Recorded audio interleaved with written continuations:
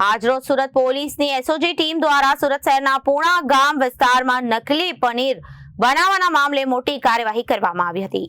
Food safety officer Shri ડીવી Makwana સાથે સંયુક્ત red દરમિયાન ડેરીમાંથી નકલી પનીરનો મોટો જથ્થો ઝડપાયો છે।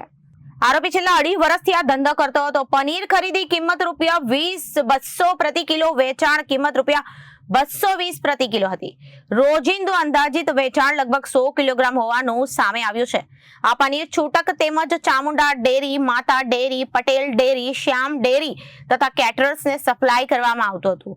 માલ અશોક દુબે નામના વ્યક્તિ દ્વારા કડોદરા ચોકડી પાસે પોતાની ઇકો ગાડીમાં દર બીજા દિવસે લેવા જવામાં આવતો હતો। રેડ દરમિયાન ડેરીમાંથી 70 ખાલી પ્લાસ્ટિકની થેલીઓ તથા સીલિંગ મશીન પણ મળી આવ્યું હતું। જો કે આ સામાન કબજે લેવામાં આવ્યો નથી, પરંતુ સ્ટેશન ડાયરી નોંધવામાં તેનો ઉલ્લેખ કરવામાં આવ્યો છે। આ સમગ્ર મામલે પૂના પોલીસ સ્ટેશન ખાતે વધુ તપાસ હાથ ધરી છે। કાર્યવાહીથી વિસ્તારમાં ખળભળાટ મચી ગયો હતો અને ફૂડ સેફ્ટી વિભાગ દ્વારા નમૂનાઓ તપાસ માટે મોકલવાની કાર્યવાહી પણ હાથ ધરવામાં આવી છે।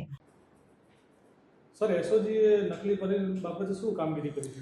એસઓજી સતત પનીર પકડવાનું કામ કરી રહી છે। આજે પૂણા ગામની અંદર A1 ડેરી ફૂડ્સ જે છે એના સંચાલક શક્તિભાઈ ઠાકુર, જે ગોડાદરાના રહેવાસી છે, ત્યાંથી 329 કિલોગ્રામ નકલી પનીર પકડવામાં આવ્યું છે, જે કડોદરા ચોકડી પાસે એક અશોક દુબે નામનો માણસ છે, જે લઈને આવે છે અને આપે છે। 200 રૂપિયામાં ત્યાંથી ખરીદી કરે છે અને 220 રૂપિયામાં ચામુંડા ડેરી, માતા ડેરી, પટેલ ડેરી, શ્યામ ડેરી અને કેટરિંગના વ્યવસાય સાથે સંકળાયેલા લોકોને વેચે છે। રોજનું 100 કિલોગ્રામનું આનું કામકાજ છે।